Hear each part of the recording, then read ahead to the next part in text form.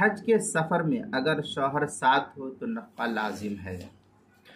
چنانچہ اگر عورت شوہر کے ساتھ حج کرے تو اس کا نفقہ شوہر کے ذمے لازم اور ضروری ہوگا، اور نفقے کا اندازہ اپنے وطن کے خرچ کے اعتبار سے لگایا جائے گا، نہ کہ سفر کے اعتبار سے۔ یعنی اگر نفقے کی مقدار میں اختلاف ہو جائے تو حالت قیام کے نفقے کو بنیاد بنایا جائے گا اور اسی بنا پر اس کو معیار بنا کر کے دیا جائے گا، اور اگر کوئی اختلاف نہ ہو تو شوہر کی مرضی ہے، جتنا چاہے خرچ کرے، اس کو کوئی روک ٹوک نہیں کر سکتا ہے۔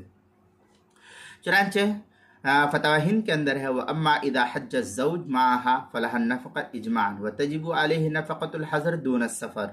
یہ فتویٰ ہندیہ کی عبارت ہے، کتاب الطلاق الباب التاسع عشر فی النفقات، الفصل الاول، جلد نمبر 1، صفحہ نمبر 546، جو زکریا بک ڈپو دیوبند کا پرانا چھپا ہوا نسخہ اس کے اندر۔ محیط برہانی کتاب النفقہ الفصل الاول فی بیان من یستحق النفقہ، جلد نمبر 4، صفحہ نمبر 278، جو مجلس علمی بیروت کا چھپا ہوا نسخہ اس کے اندر۔